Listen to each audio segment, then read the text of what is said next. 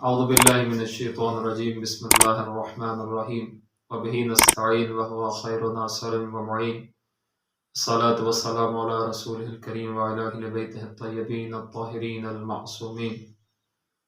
اما بعد فقد قال اللہ تعالی فی محکم کتابہ المبین بسم اللہ الرحمن الرحیم انما یخشی اللہ من عبادہ العلماء۔ انتہائی واجب العزت واجب القدر سامعین محترم و مکرم، ہمارا طالب علمانہ جو موضوع ہے وہ ہے علم کے فضائل، علم کے کمالات۔ اگر ہم قرآن میں دیکھیں تو قرآن میں یعنی عالم اور جاہل کا فرق بیان کیا گیا ہے کہ هل یستوی الذین یعلمون والذین لا یعلمون، کہ عالم اور جاہل برابر نہیں ہو سکتے۔ اللہ نے فضائل اور کمال جو انسان کو دیے ہیں وہ اس کے علم کی بنا پر دیے ہیں۔ جس میں جتنا زیادہ علم و فضل ہوگا اتنا زیادہ اس کا انسانوں میں مقام اور رتبہ ہوگا۔ عزیزان محترم، معصوم فرماتے ہیں لو یعلم الناس ما فی طلب العلم لطلبوہ۔ معصوم فرماتے ہیں اگر لوگوں کو پتہ چل جائے ما فی طلب العلم، کہ علم حاصل کرنے کی کیا عظمت ہے، کیا درجہ ہے، کیا مقام ہے، لطلبوہ، تو ضرور اس کو حاصل کریں، اگرچہ ان کو خون بہانا پڑے یا گہرے سمندر میں غوطہ لگانا پڑے، اتنی مشکلات کے بعد وہ ضرور علم حاصل کریں گے، اتنی مشکلات سہنے کے باوجود بھی۔ عزیزان محترم، معصوم فرماتے ہیں الناس ثلاثۃ، معصوم فرماتے ہیں امام صادق علیہ السلام اصول کافی پہلی جلد میں یہ روایت موجود ہے۔ معصوم فرماتے ہیں لوگوں کی صرف تین قسمیں ہیں، ایک عالم ہے جو عالم ربانی ہے، بڑے لیول کا عالم دین، جید عالم دین، ایک عالم ہے، ایک متعلم ہے،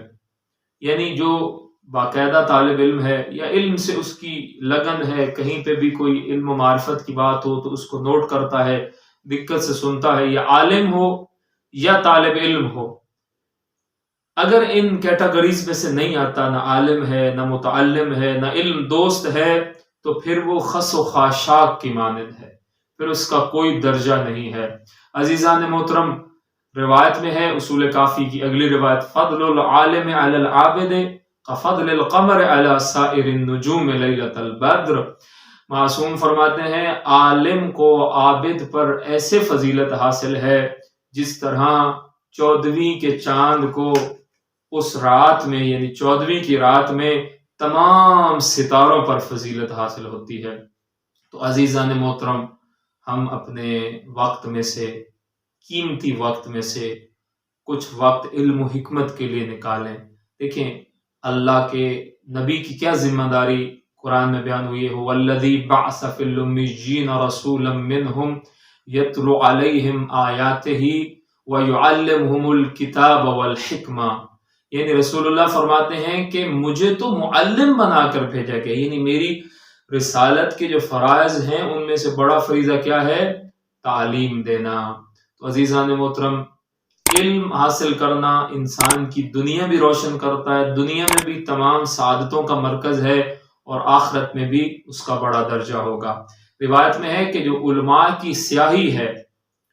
قیامت والے دن ان کی قیمت شہداء کے خون سے بھی زیادہ ہوگی، یعنی جو عالم دقت اور محنت اور ریاضت کے ساتھ، یعنی وہ جو گہرائیوں کے ساتھ وہ چیزیں سمجھتا ہے،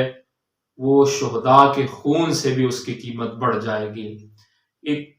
بحر عمیق ہے، ایک لامتناہی چیپٹر ہے۔ خداوند متعال سے دعا ہے کہ خداوندہ ہمیں صحیح معنوں میں دینیات کو پڑھنے کی اور جدید علوم کو بھی پڑھنے کی، اور خالصتاً اپنی رضا کی خاطر، کیونکہ علوم کا مقصد یہ ہے